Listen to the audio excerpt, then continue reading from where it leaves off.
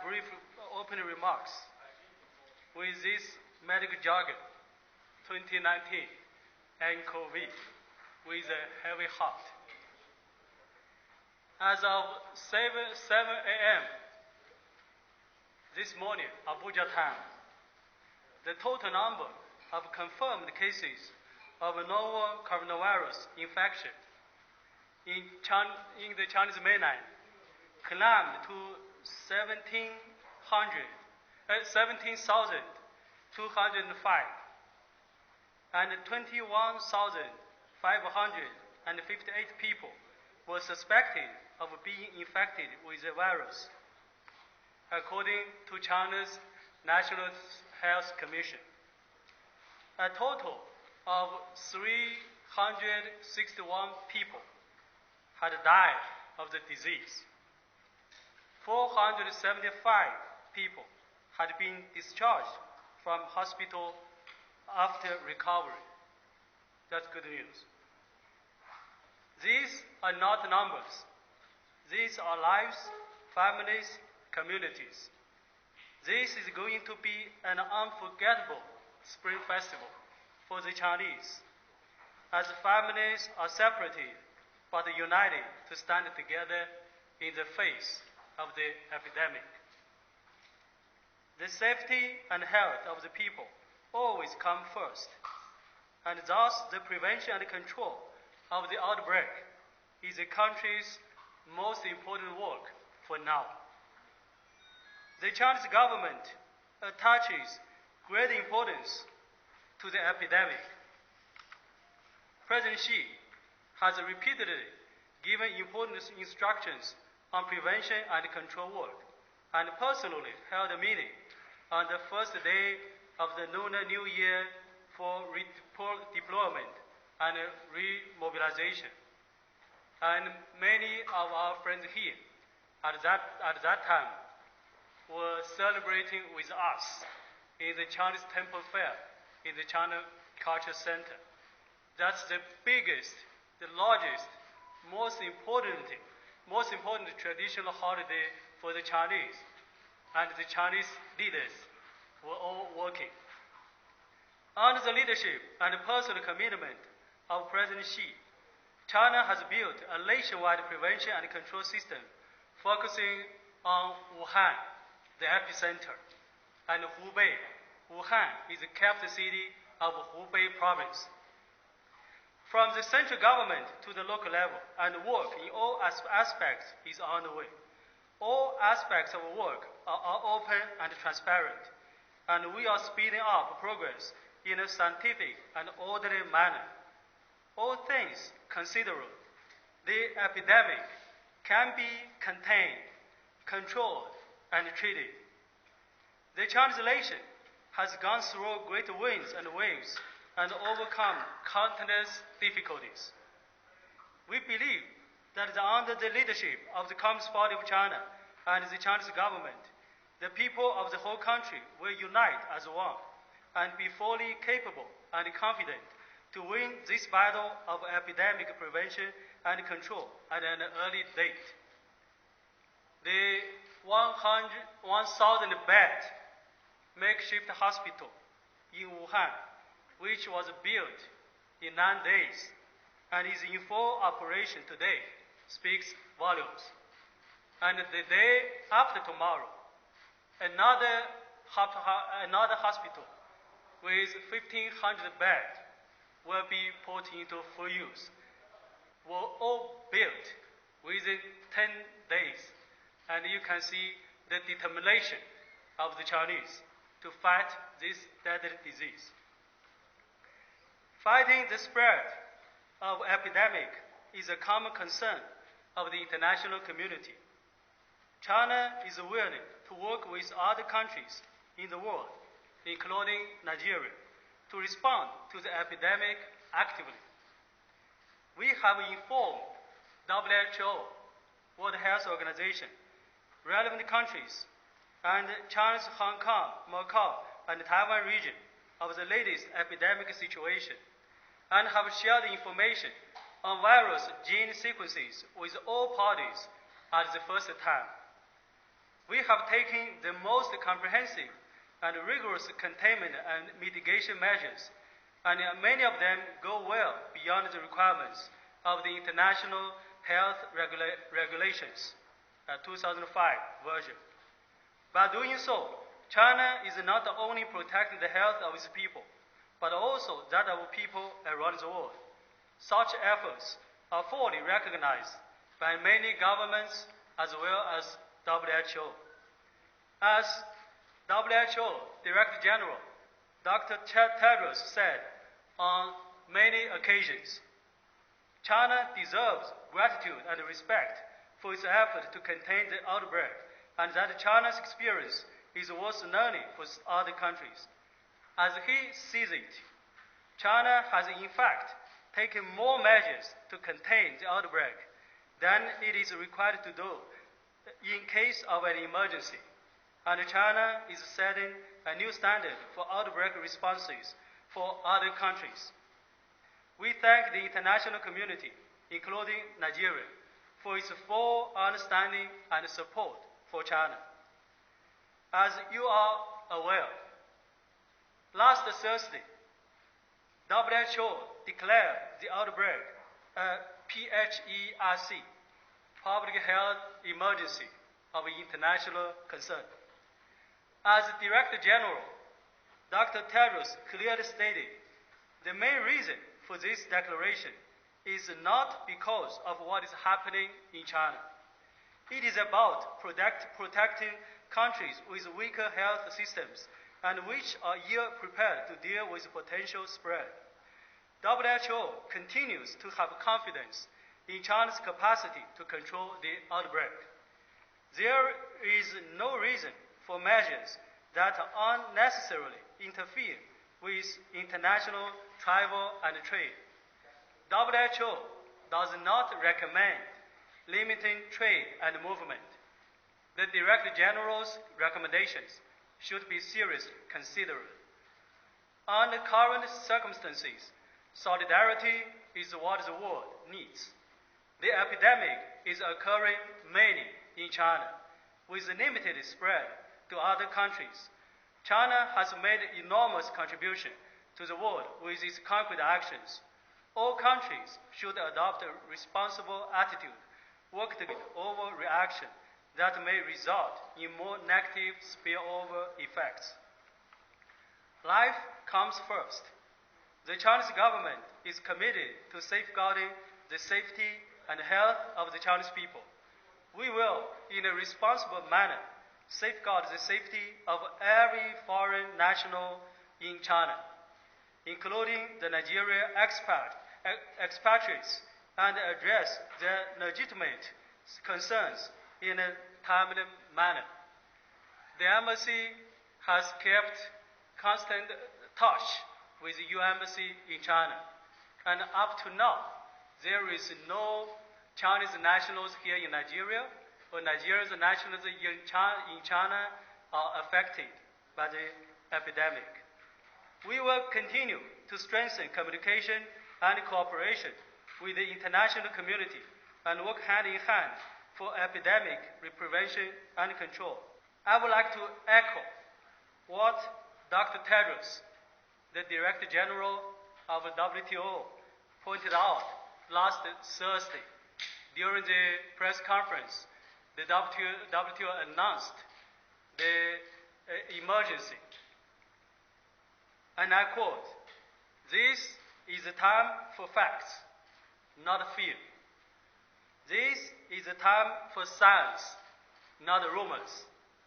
This is a time for solidarity, not stigma." End of quote. And I thank you very much. Now, I'm from the Chinese side. As I mentioned just now, we take the health of the Chinese citizens and the foreign nationals, including our Nigerian friends in China, equal treatment. And the measures, as I said, according to WHO, China has taken the measures more than is required than an emergency, as WHO sees it. We have keep very smooth communication with the foreign nationals, the foreign embassies in China, to keep them fully confirmed of the measures. So, and I should say, the measures is still, we are still very adaptive to the situation. So from in China, I think the measures has been there. And here, as a residents of Abuja, we in the embassy lose no sleep about the epidemic, because we can tell Nigerian government, following the advice of WHO, has taken very rational and appropriate measures. And we believe with the joint efforts from the international community, we can prevent and we can curb the spread of the epidemic. Thank you. We feel the impact of the epidemic because you see in China we have taken very strong, very rigorous measures like extension of the holidays and even some factories and businesses are not in full operation after the festival. So in the short time, it will feel the heat of the epidemic. But according to China's experience, we are not here for the first time to face such epidemic. You may remember 2003, the SARS outbreak, and 2008, the earthquake. We believe we will get over it soon because the fundamentals of the Chinese economy will not be affected by the epidemic. So with the victory over the epidemic, the economy will pick up, and we have confidence to achieve our goal for today, and we have confidence to China's economic and trade cooperation with the international world. Thank you. The cooperation in this area, but as you can understand, the cooperation will be on a case-by-case basis. So once any requirement, any request raised from foreign friends, I think the Chinese relevant authority will consider it seriously. Thank you. Question. As I said, this is the time for science. So the recommendations of WHO is very important for us to fight the epidemic together. And for the Chinese nationals who went back home for the Spring Festival, apparently they wish to get back as scheduled. But I can tell you, not only to Nigeria, even the Chinese nationals to other countries, they are now also reconsider their plans. Why? They will assess, because if it's not that urgent, to reduce their own risk, they may choose to stay at home longer. But if it's necessary to travel as planned, as we see it, once they followed the travel advisories and followed the measures, we still think it's normal for people to travel beyond the borders. And from the embassy, as I said, we take this issue, like your government and your embassy in Beijing, very seriously. So we are trying all what we can to pass the information among the Chinese community here in Nigeria, whether they are back at home in China or still now here in Nigeria, the awareness of the epidemic is very important, and try to do some prevention by yourself, follow the directions. But on the whole, as I said, it is of the individual's choice. And I think everybody should take their risk, their own safety and health very seriously. So up to now, we see the Chinese community in Nigeria, they have taken this issue seriously, but I should say, life is still normal here. And we wish everybody will make his unique and own contribution to the curb of the spread of the epidemic. And your second question, and I think the health cooperation between China and the outside world, between China and Nigeria, and China and Africa, is an important part of China's external relations. As you can remember, the health cooperation is one of the 8 major initiatives we put forward in the FOCAC summit back in 2018. But after the announcement of the PHIEC, I think the Chinese relevant authorities has strengthened its communication and cooperation with the foreign counterparts. From our side, disease, it takes time for people to appreciate the witness, the gravity, and what is it? So, but I think from our side, this time it took us fairly short time to identify the disease and to get right to the all rigorous measures. But when we took the measures, you see, apparently, before that, it was still treated for some days. It was still being treated like a normal disease. No, at that time, no one can tell we could get the disease, could get this bad. But after we take the measures, some suspected cases will be confirmed. And the confirmed cases were in under 40 medical treatment. And because that disease is still a new disease, the medicine is still under the research. How can we deal with it, treat it? So you can see the numbers are still rising very fast. And I should say, the lockdown, if we use this word, the lockdown of the epicenter, the Wuhan city, I think it started from, from the Spring Festival. It's just around 10 days, less than 10 days. So now the good news is the numbers outside of Hubei, outside of Wuhan, is, I should say, lost its momentum. But at the epicenter, due to the stock of the affected cases, there still needs some time for we to control it. But according to some scientists,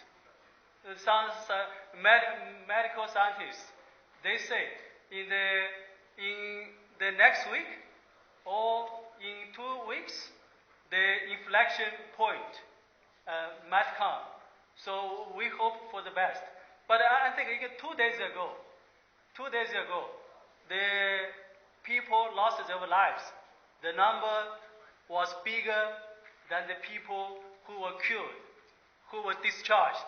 But since I mentioned to you, until this morning, 7 o'clock, 475 people had been discharged from hospital after recovery.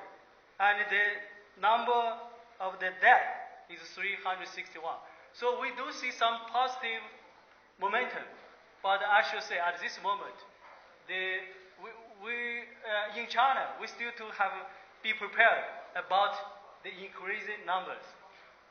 Thank you.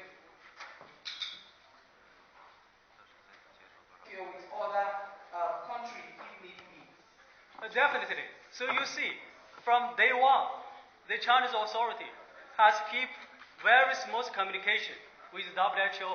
WHO has sent an expert delegation to Wuhan, the epicenter, and its Director General was in China the last week. So I think the information sharing is very smooth. Thank you.